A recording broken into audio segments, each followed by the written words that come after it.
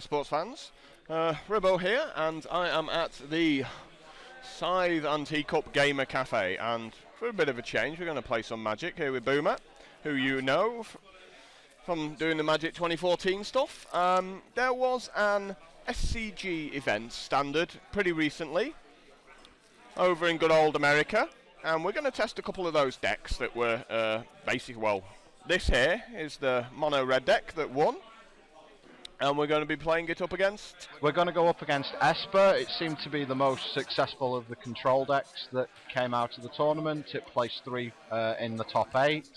I've taken the 4th place list that was there. I have made a couple of changes to it because I think that it was overtly greedy on a couple of things that it was doing.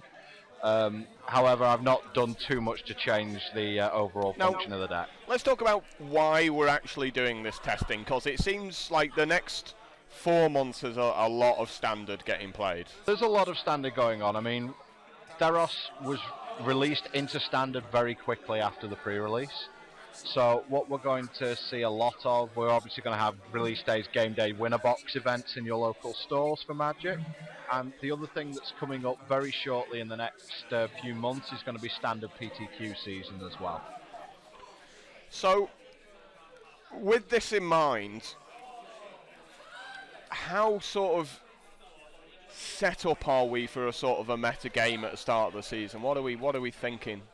At the moment, there seems to be, I would say that there's been a bit of a resurgence of control, mainly because a lot of the mid-range style decks have lost so much with Innistrad rotating out of the format. We're talking, well, not Innistrad, but M13 as well, because we lose Huntmaster of the Fells, we lose Thragtusk, we lose all these cards that were just beating the crap out of the aggro decks by themselves. Flashback as well is also a mechanic that control decks tend not to do a huge amount of thriving in unless they, the last time Flashback was completed, it took until really Mirari's Wake was printed for control to really start coming back into the environment. Also, there was the Undying mechanic from Innistrad that made cards like Supreme Verdict just awful for the most part. Zombies coming back were never good. Yeah. And however now, and we're seeing obviously Birthing Pod and things like that have gone as well, but it's like that went out a while ago. But it just seems like now there's a lot less cards that are actually hostile to control in the environment. Obviously Thoughtseize was reprinted in Theros. There's a couple of like guys who seem to be good against control, like Voice. Now this deck right here, this deck quite enjoys playing against Thoughtseizes. Yes. So you take this burn spell out my deck, that was going to do you 3, but you pay 2 life to do it. Yeah, and they might even shock themselves turn 1 if they don't know what they're up against. So, it could be a major problem for them. And actually, the thing that we saw at the SCG was that Thoughtseize was rarely a main deck card. A lot of people were expecting an aggro field, so Thoughtseize was taken basically to the sideboards of most decks. It's a dead draw after turn 4. Also because and the control decks that we have seen being successful aren't heavy counterspell style control decks, so using Thoughtseize to force things through isn't as relevant as it. So let's play a few games and really try to work out why this red deck is good.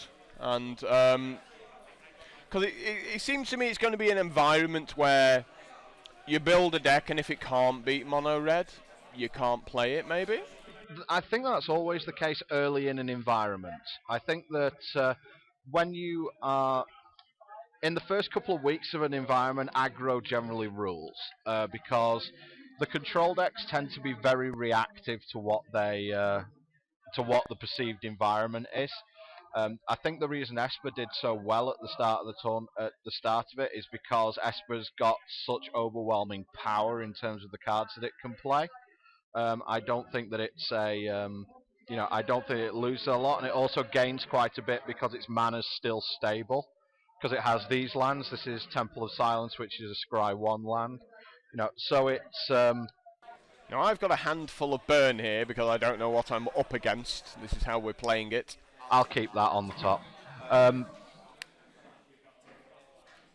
gonna play my Gorehouse Chainwalker here, so an Unleash it. So it's a 3/2 with Unleash. That is just a one of in that deck as far as I'm aware. So. But I'm not too concerned with what's come down so far. Now I've got a couple of options on this turn that I can do. I'll just show that off. I do have a couple of options what I can do on this turn. I think though what I'm going to do is I'm just going to lay the island and pass the turn.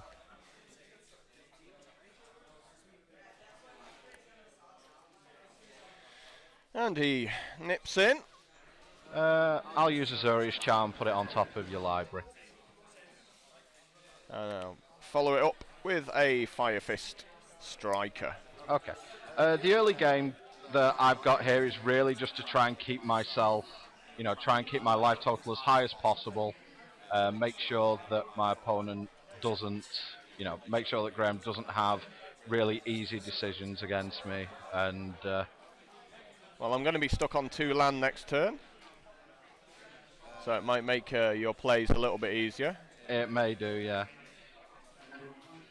Just thinking again what I can do here. I think I'm just going to pass the turn. In for 2. Because Graham's not laid third land or a Chandra's Phoenix at this point, I feel okay Doomblading the 2-1. Again, keeping my life total as high as possible, keeping guys off the board. It's your go. Yep. Unleash our 1 off again. Now that does change my... I don't know if that changes my play too much on this turn.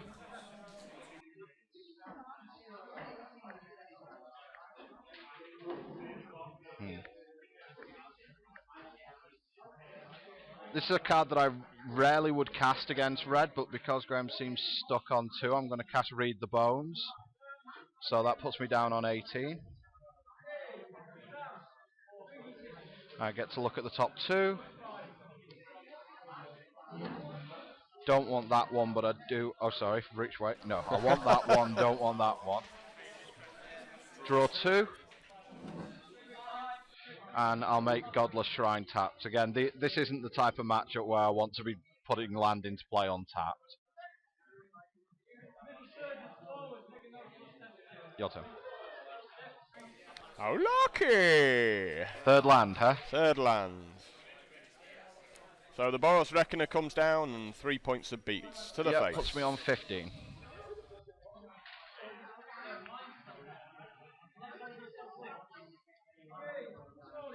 Untap, make another island.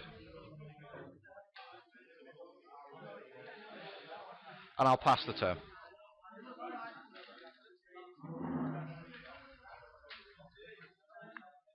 In with Da Boys. I'll cast Far Away and fuse it.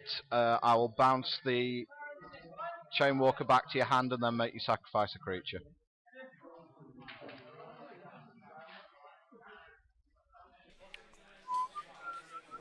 Unsurprisingly, back it comes, along with a Rakdos Cackler. Both unleashed. So I'm feeling okay at the moment on 15 life.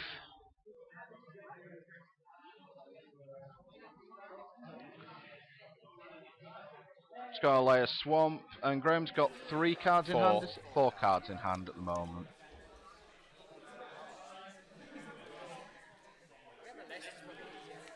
I'm going to pass the turn.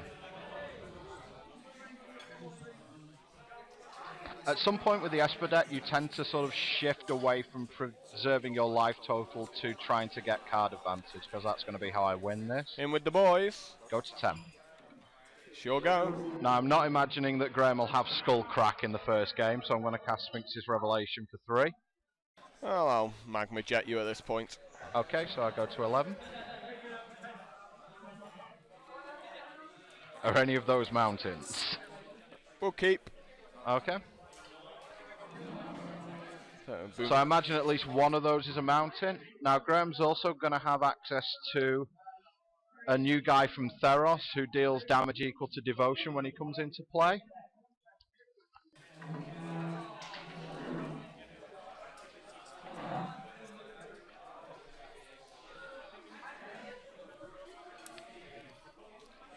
So since okay,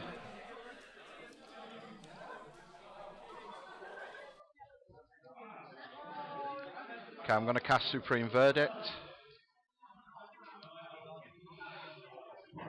Make a Temple of Deceit and scry 1. I'll put that to the bottom.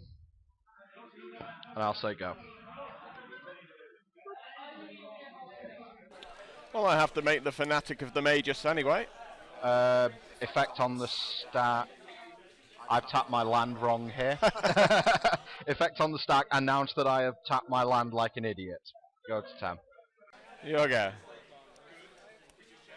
Would it have been a Doomblade by any chance? Yeah. So yeah, bit of a whoopsie on my behalf there. But I'll use the Doomblade now, and I'll pass the turn.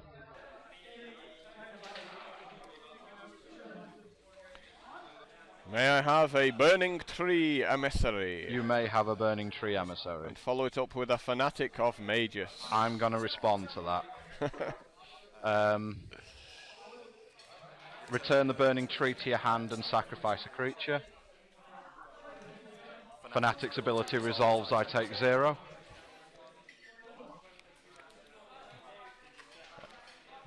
You've got to announce the cards you're playing, damn it. Well, far away. Yes, they don't know. I've already played it once.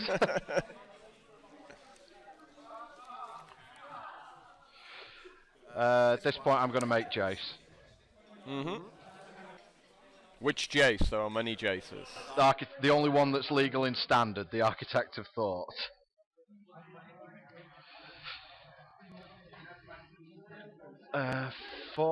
Let's not take it from my life total. Let's use the plethora of dice that we have on the other side of the table. Now, I imagine Graham could burn this, but I'm not actually that worried about that. If Graham burns it, he burns it. It's still getting me card advantage at this point, and I don't think my current hand is strong enough to not do this. So what are you doing with your Jace? I am -2ing it, which makes me reveal the top 3 cards of my library. How lucky.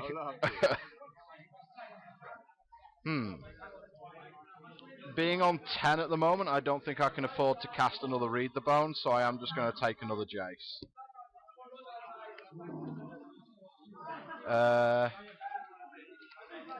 Your turn.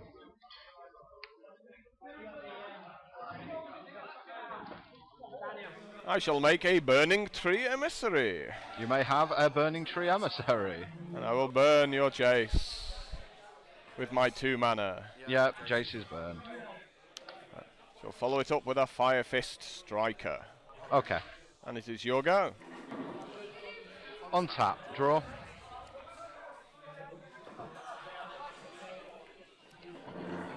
I will cast another Jace, and this time I will tick him up, which means that until my next turn, whenever a creature attacks me, it gets -1/-0.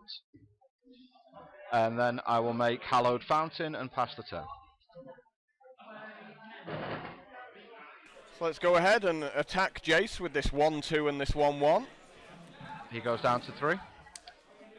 And attempt to burn it out. Yep, he's gone. It's your go. I'm out of cards at this point. Untap. Untap with your 9 land. Yep.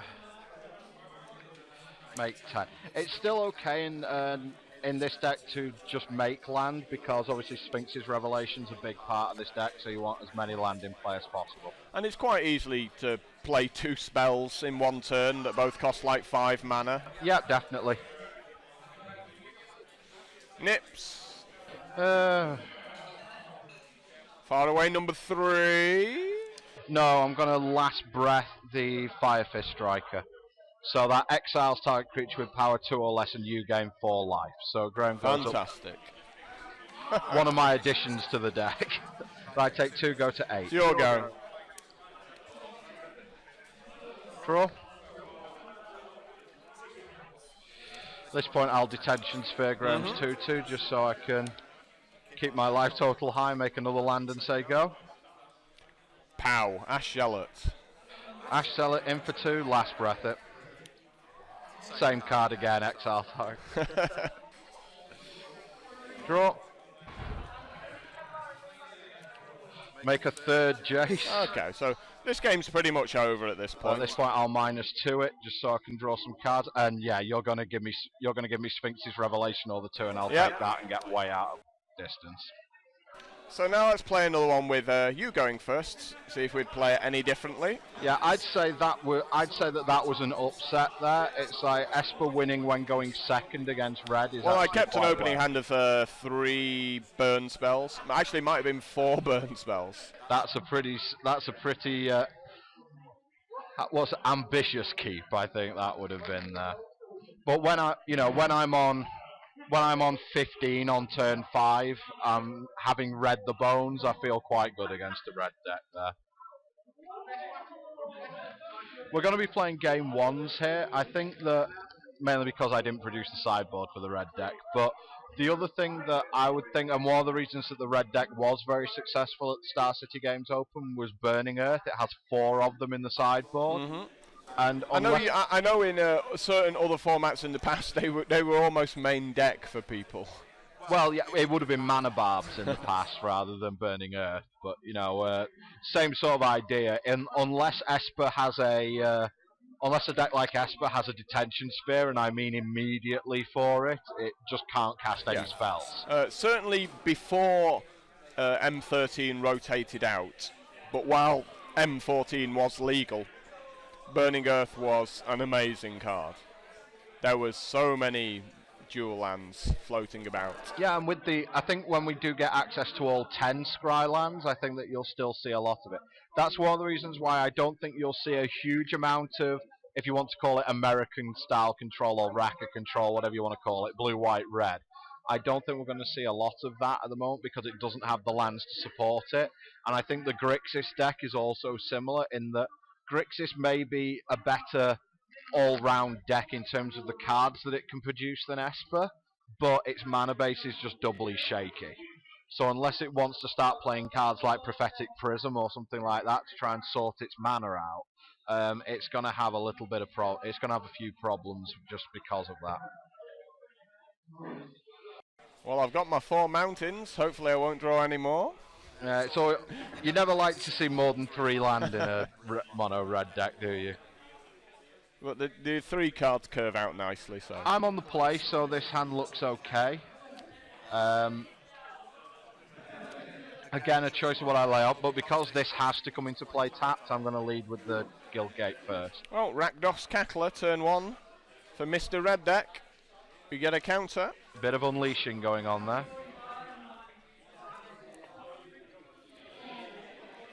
That wasn't a bad draw. Your turn. A Doomblade. Well, I can't cast it if I do have one. Oh, mountain number 5. Oh, bad Dead news. Draws. I'll syncopate that for 1. The one advantage of being on the play is that syncopate actually becomes relevant against a blue deck. Mm-hmm. We have seen quite a bit of Dissolve around, which is the new counter spell from Theros, which is 1 colourless and 2 blue for a counter target spell and scry 1. I'm not sure it's the right format for that card at the moment. I can see why they're playing it. It's literally because Rakdos Returns Resolving is a disaster. Again, because there's no Haste Monster, I feel fine Azorius Charm in that on top of your library. Also means that your next turn's draw isn't going to be that impressive.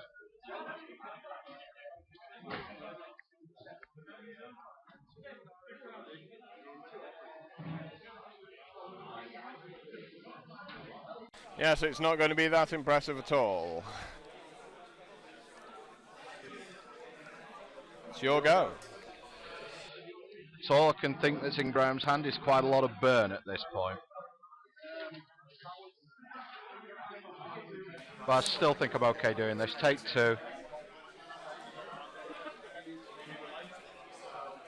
I'm going to play Jason tick it up so that at least at that point you have to use 2 burn spells on it. Your turn. And I will use 1 on it. Yep. Lightning so Strike. Goes down to 2. I'll lay a mountain. Play Mr. Burning Tree Emissary and the Fanatic of Magus. Nice. Redirecting to Jace. Okay. It's your go. So I had a choice of playing the Emissary last turn by itself, but I figured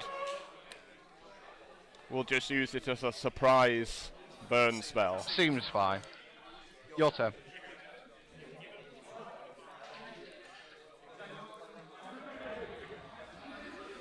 May I play my Rakdos Cackler? You may have your Rakdos Cackler.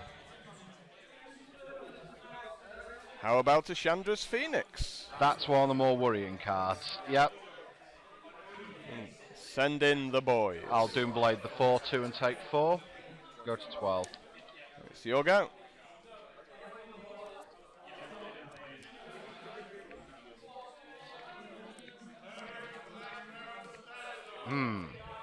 Your turn.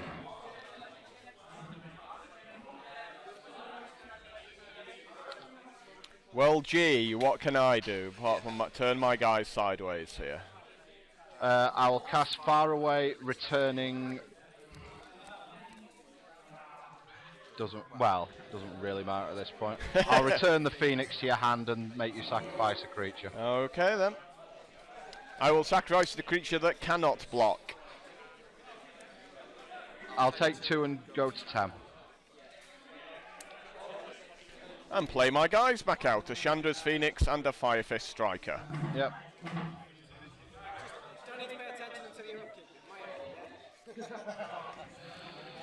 It's not the worst draw in the world. Make Jace tick it up. Your turn.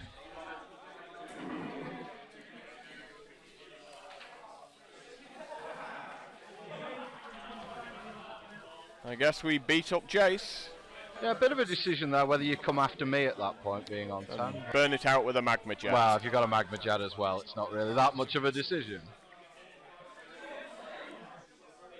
And you know what? We'll keep both of those. Oh dear. You go.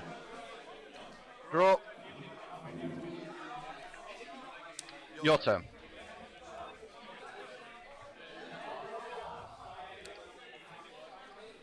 In with the army. I'll gain 3 and draw 3 before damage is dealt. That was not a good Sphinx's revelation. And take 6, go to 7. Your go.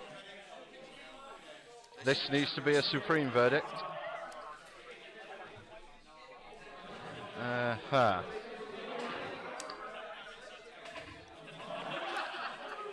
I'm grabbing onto my nads, read the bones. Go to 5.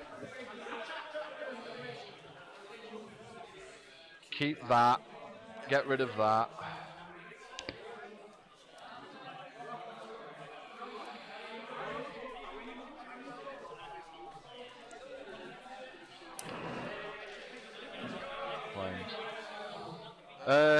Your turn, I suppose.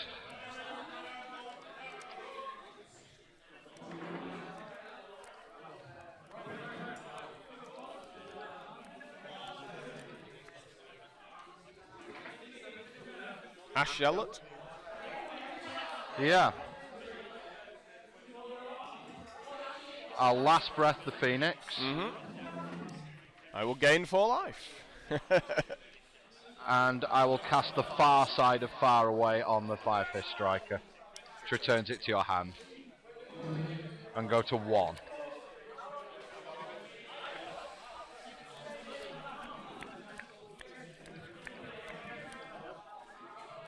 Play one of them back out. Your go. No pressure, but could really do with a Supreme Verdict or a Sphinx's Revelation at this point.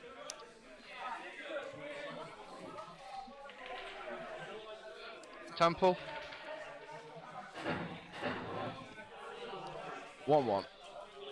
So red went second there Yep. and was victorious. Yeah, got the Sphinx's Revelation there, but no sweeper or anything like that. Made things a little bit difficult, and yeah, the fact you were able to take Jace out as well as quickly as that. I know that in like more easily controlled mid-range matchups, it's probably best to tick him up immediately. I'm just wondering against against red if it's just worth firing off his -2 immediately, because he's probably, especially if there's stuff on the board. Well, he's probably just are gonna you die particularly anyway. trying to dig to something that you really need to see against red? At that point, I wasn't, so it's best to tick it up for 1. I think if I really need to see anything, because I still had a Sphinx's Rev in hand there, so I wasn't really digging for anything, so I think ticking it up was fine. But if, you know, if he's, if I'm digging, you know, obviously if I need to see a last breath or something like that, then it's obviously best to -2 it. Now,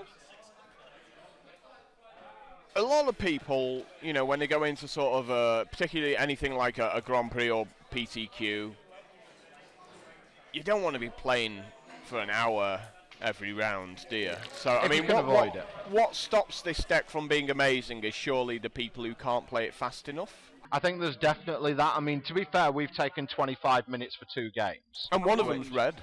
One of them's mono-red, where there's no decisions to make. And you did scoop to a Sphinx's Revelation and not to actually dying. I mean, I think that we chatted for about 5 minutes before, so maybe it's just 20 minutes to go through 2 games, which, you know, 50-minute rounds isn't actually that bad. But yeah, there have certainly been problems with people who just won't play the deck fast enough. A lot of it's just being comfortable with the deck type. Yeah. You know, being comfortable with having many decisions posted to you. Oh, down to 6 for me. And you're on the play this time as well, so. The one mountain Rakdos Cackler start. Well, you always draw the Cackler, so. Let's have a look at this hand. Oh boy, I'm on the draw, aren't I? Now I'm going to lay this hand out because I'm going to mulligan it, and I think, to be honest, I think a lot of this would depend what deck you're up against, but I'm going to show you why I'm mulliganing it. Those are my 3 lands. They are all Temple of Silence. All come into play. Tap, 2 Syncopate, which are useless on the play, and these which are too slow and don't Read the Bones and an Azorius Charm. So even though that hand has lands and spells, which would cause many players to keep it, it's because I'm on the draw against a deck that I can't have lands coming into play tapped like that all the time. You know, really, at that point, I had turn 3 Azorius Charm is what I was casting. The best I can hope to do is, like, syncopate your turn 3 Chantress Phoenix, by which point you could have 4 power on the board and just be beating. So we've got an interesting game here. Obviously, I think Mono-Red gets a lot stronger if both players start with 6 rather than 7 cards. I mean, you do lose some damage. I mean, it's like Philosophy of Fire-wise, you lose 2 damage by losing a card, but I think that the red deck will mulligan better than a control deck will. Okay, I'll keep this hand. No Cackler. Hallowed Fountain, your turn. But I can play a Burning Tree Emissary. Okay. Into a Burning Tree Emissary, into a Fire Fist Striker. I think we're dead. And it's your go. And this is just what red does sometimes after a mulligan. Do I want to lay that? Yeah, go. So if this was a Chandra's Phoenix next turn, you'd be pretty impressed, wouldn't you? It would be pretty good. It's not a Chandra's Phoenix. It's just 6 points to the face. 14. And it's your go. End of your turn, I will last breath the Fire Fist Strike. I'll use this opportunity to Magma Jet you. Okay, so that puts me on 12.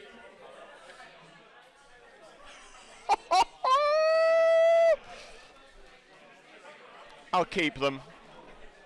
I'm shocked at this revelation that you're going to keep it. Is it double 4-2? They weren't mountains, let's put it that way. Right, is it double 4-2 by any chance? Your turn. It's a Chandra's Phoenix. Yeah, this is a syncopate. That's Chandra's Phoenix. No.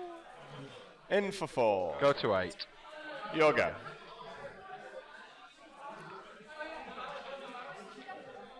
I think because it actually saves damage, I am going to take 2 and then make Jace with and take him up.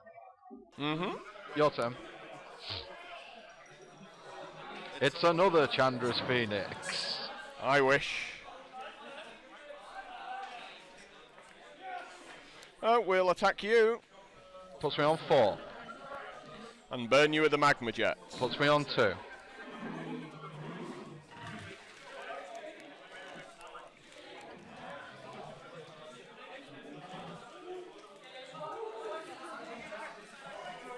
One to the bottom. There's actually another burning tree emissary going to the bottom there. Draw? Yep. -2 because there's no point ticking it up now. Sphinx's Revelation, Last Breath, and Temple of Deceit.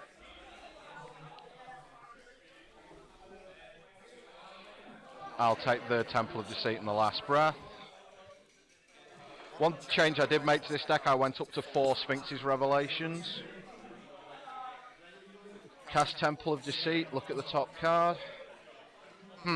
Play Temple of Deceit. If you've got Chandra's Phoenix, I'm dead anyway. So I think I'm going to put that on the bottom. Your turn.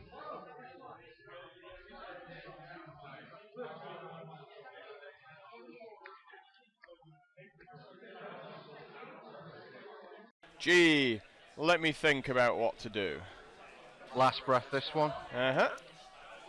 Doomblade this one. Yep. Burn me. I'll make a fanatic. Alright, so I'm on 1. Awesome. Redirecting to Jace, really? I actually think redirecting it's the I best think it's play fine here. because It doesn't change anything. Like everything in my deck does 2, pretty much. Yeah, and it means that Jace dies when he does his tick down. So, and it is more than likely he's ticking down next turn. Yep, tick down. How lucky! Good draw. Let me guess. Far away against the others. You can have a read the bones, yeah?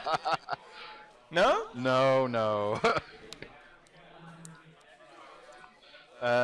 Feel free to bounce it back to my hand. No, don't really want to do that either. Away. It goes away.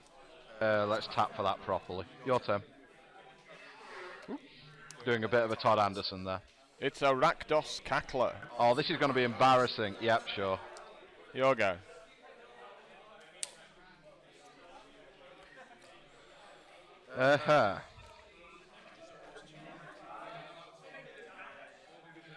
Jace, tick it up. Your turn. Me? Yep. Oh. 1. Your go. On tap.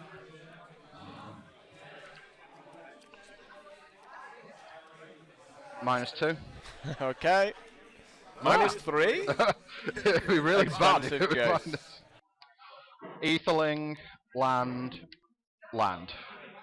Well, I think we all know how that's getting split. Yeah, I'll have some land.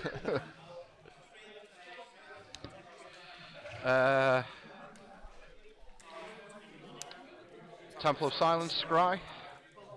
I do not wish to have Read the Bones, thank you very much. And Doomblade this. Your turn.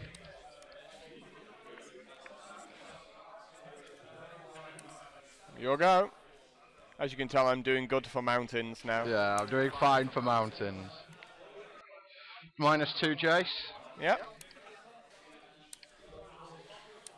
So we have an Azorius Guildgate and an Azorius Charm. So we're splitting the land with the spell again. I'll take the spell. At this point I'm in a really weird position because there are certain things I want to do, but I realise that if I do anything, Graham can just kill me at this point. Yours? It is a Rakdos Cackler. It is a Rakdos Cackler. I will keep the Azorius Charm in my hand. It's your go. Tick up, Jace.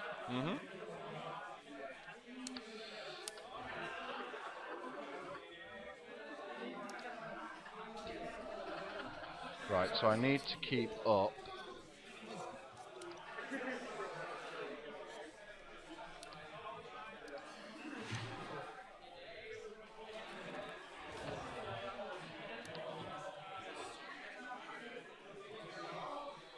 Aetherling. Okay. Your turn.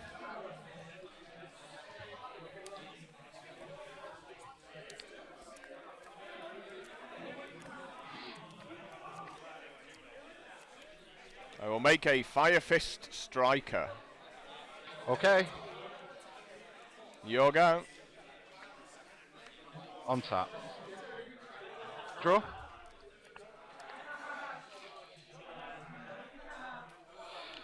Jace has done his work for the team on this one. That's pretty good. Yeah, at this point you get to win from here, as I only have mountains. So you're just going to Sphinxes for quite a few there? I think it's actually no. What I'm going to do is I'm going to make the Aetherling unblockable and lifelink it, because that way I don't leave myself, because I've got a syncopate. So if I ate you with the Aetherling and lifelink it, that means that I don't just die to a burn spell off the top. So the red deck was just a bit lacking there at the end with the mana. Jace did a lot of work in that match as well. Well, you won basically because you managed to remove Chandra's Phoenix from the game. I had the last breath. I think if that was coming back off a magma jet. And that's another thing that I think about a lot of control decks. I would seriously start, if I was a control deck, thinking about main decking Last Breath. I mean, it's not like it. The thing is, what are the cards? You've got to think, what are the cards that control is weak to? The first one is Voice of Resurgence, which Last Breath handily deals with. The second one is Chandra's Phoenix, which it kills, and the third one is Mutavault, which it also kills. So it gets rid of. The only card that it doesn't get rid of, which you'd like it to, is Stormbreath Dragon, but that's why you have Doomblade. You know, so it's. So I think it's a card that really plugs up many holes in the deck. So what are your weakest cards, do you think? What's looking a bit ropey in that build? I think because if the format's going to be all red deck wins and gruels, I think Read the Bones has to be replaced with something else. You'd probably replace it with Divination if you wanted just a card draw spell. I mean, the Divination's not that much worse, and it doesn't cost you 2 life to cast it. In a format full of mid-range, though, I think Read the Bones is far superior, but I think that... So it all depends on how stupid your opponents are going into the tournament, because if they're good players, they must surely know that there is no place for mid-range in the current meta. I think that there might be a I don't think that it's... A lot of people have mentioned the rock, paper, scissors format, because many of the mid-range decks can be built to be very good against red. You know, you can put yourself a load of Loxodon Smiters and various other cards that are good against red in your deck, and like main deck Centaur Healers and Blood Barons and things like that, which will be very good against red. But I don't think that control is so bad against aggro. I mean, we're already seeing here, Esper's 2-1 up at this point. But they've been really close games. Yeah. But I just think that when I was playing, for example, I play tested recently with one of our friends, Lee Holdsworth, and we played Naya mid-range against the Esper deck, and he was thinking, well, I've got Chandra, I've got Domri Radi, so maybe I can out card advantage the Esper deck. It just doesn't happen. And the problem is, because you don't have all the card advantage that you had before, when you had all the 2-for-1s that Thragtusk gave you and Huntmaster, because you don't have that, all you're doing is making one fat dude a turn.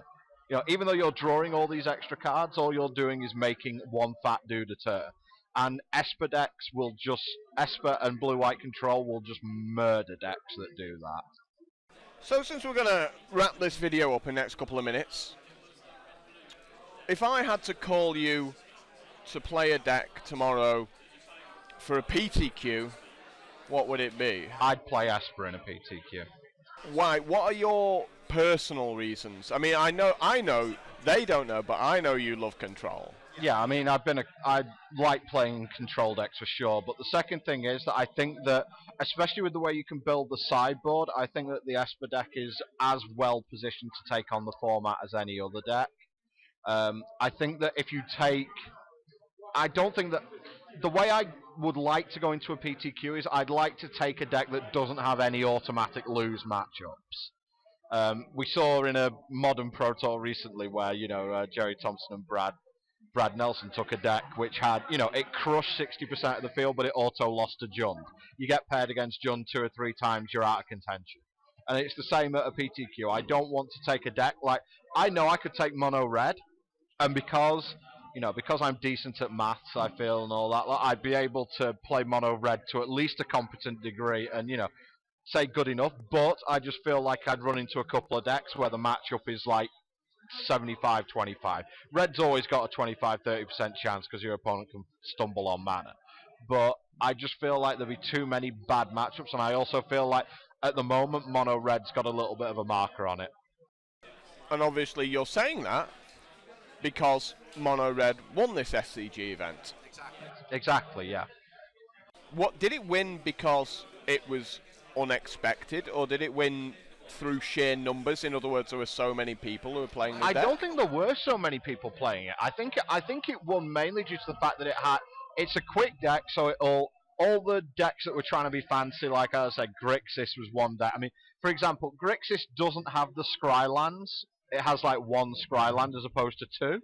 So it doesn't have the mana fixing that Esper does, and yet it wants double black on turn 3, double red on turn 3, and double blue on turn 3. Which, your mana's going to fall over at least twice during a tournament doing that. And red decks just prey on decks where the mana falls over. And also, I think the fact it had 4 Burning Earth in the board just meant that it just auto won after sideboard against like 40% of the field.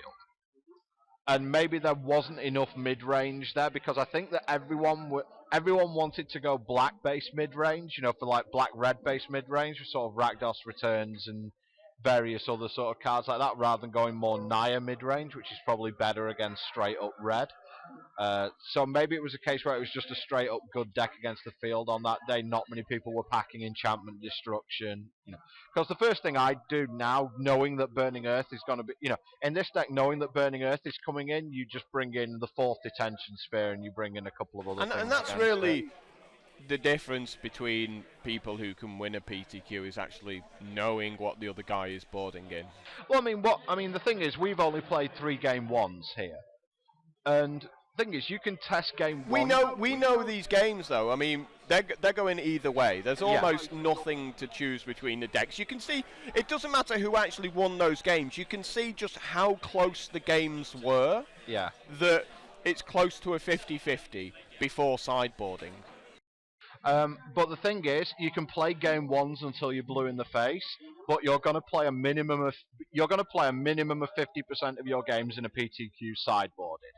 And it's going to be more likely around 60% of your games you're going to play sideboarded.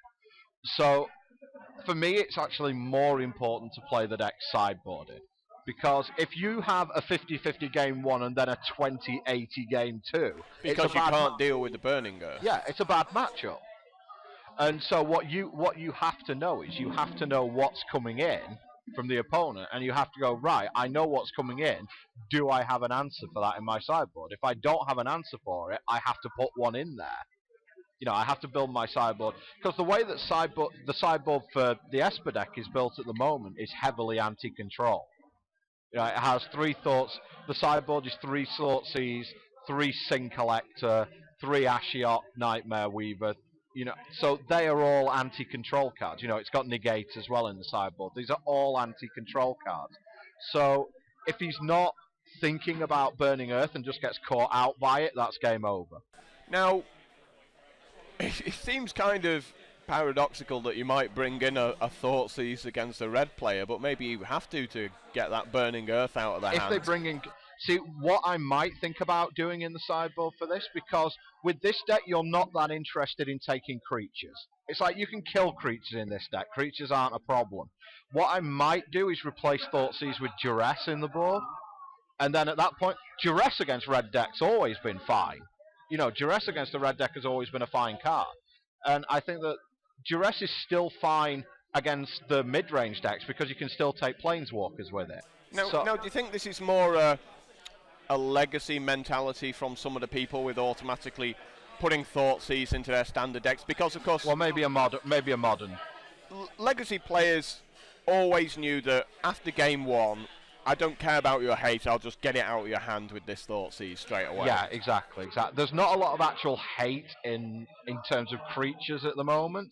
It's like, as you said, like a lot of people have been saying, well, Stormbreath Dragon's good against control. You know, this deck has 4 Faraways and it's got 4 Supreme Verdicts, 2 Doomblades. It doesn't care about Stormbreath Dragon. It does 4 damage to you and then dies. Yeah.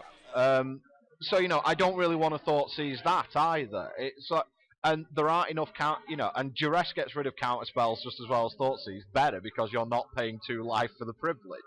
So I think that maybe it's an idea for this deck certainly to maybe move to Duress over Thoughtseize, and people are just like, it might just be a case where it's like, oh, Thoughtseize got reprinted, I've got to put that in my deck. Because it's a $25 card, you've got to play it, right? Yeah, and the other... Over a 10-cent common. The other thing behind it is that in Modern, Thoughtseize is balanced by Inquisition of Kozilek.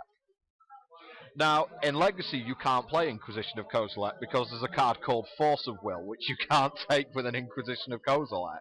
So therefore, you are more like. So therefore, Thoughtseize is going to be what you're going to be up against more. If you're up against a discard spell, it's going to be Thoughtseize. And also, many of the decks which play Thoughtseize actually want to target themselves. Like Reanimator will want to Thoughtseize itself occasionally to get a guy in the bin. So I actually think that for this deck, for Esper, I think that it could get away with Duress in the board over Thoughtseize, and that would give it an out against the blue decks. Against the red decks, because on the play you might even keep Syncopate in, because you can counter a Chandra's Phoenix, get it out of the way. On the draw, you're always going to take Syncopate out, because it's just terrible at that point. But on the play, you might keep Syncopate in, and combined with Duress, you might be able to therefore keep Burning Earth off the board. And a red deck's got to take something out for a Burning Earth. You know, as Travis Wu's very fond of saying, if you put something in, you got to take something out. So if you're putting 4 Burning Earth in, that means there's either 4 burn spells or 4 guys that aren't coming for you. No, you probably take out Firefish Striker, I think, in the thing, because I'm not blocking anyway, so you probably want a better card than a 2 1-for-1 in your deck. So what I'm probably going to bring in against red, I would bring in the 3 Blood Baron of Viscopa, because it's a 4/4 with, it's a 4/4 with lifelink. And I think that red will probably take its Mizium Mortars out if it's playing them post deck. And I'd bring in 3 Duress. And then at that point I would be, okay, if I have a Duress early, my opponent isn't going to land a Burning Earth if it comes off, unless it comes off the top. And if I resolve a Blood Baron, Burning Earth isn't a big deal because I've got a 4/4 with lifelink going nuts. Anyway, guys, this seems a good point to sort of wrap up these chats before we go on for another hour and a half. Certainly leave your comments in the video section if there's anything you want to mention, and if you like these kind of videos, we'll certainly consider doing some more if we get a few likes and shares over on Facebook and other sites. Yeah, we'll try not to proxy the decks up next time as well. We'll actually have the decks up, but unfortunately I have about 8 decks built at the moment, and I don't have 15 copies of Sphinx's Revelation, so you have to proxy up. But this video is largely just a feeler to see whether people are interested in this kind of material, or whether we can go back to making Hearthstone and Magic 2014 videos for a few months after. I'm thinking of doing a Pauper challenge on Magic Online. That might be something interested to do. Certainly, if you want to see more Magic content, let us know. So please give us a like and share us on Facebook if that's what you do, and we shall see you next time. See you guys.